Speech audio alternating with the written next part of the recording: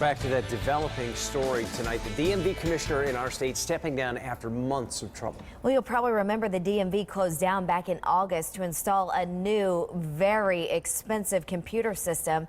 Well, since then, there have been a number of problems. People standing in line for hours.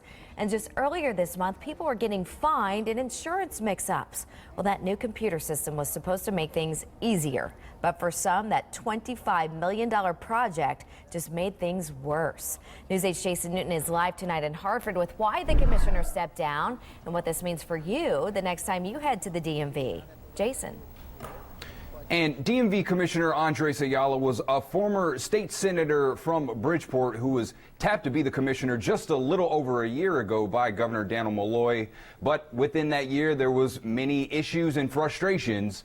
It was just too much for Ayala to overcome in the end. Since August, it's been one trouble after another for the Department of Motor Vehicles. The hot seat was too much for Commissioner Ayala, who submitted his resignation letter, which will be effective Friday. Governor Malloy says he did not force the embattled commissioner to step down. I don't think there was any pressure from me to get him to resign. I think circumstances in his life just led to him deciding to move on at this point. Problems began when the DMV closed for a week in August to upgrade their computer systems. After reopening, lines were so long they stretched out the door, and wait times were excessively longer.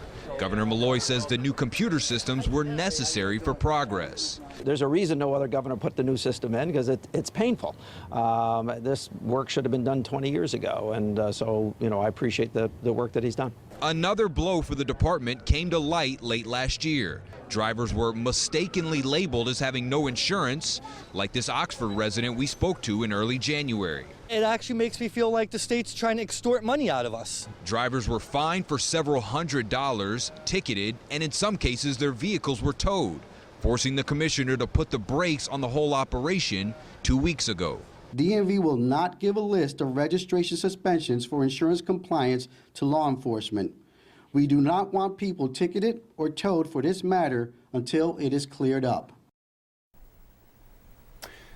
And a spokesman at the DMV says that Ayala was not available for comment. Once again, his resignation goes into effect this Friday, and right now there is no word on his replacement. Live from the Hartford newsroom, Jason Newton, News 8.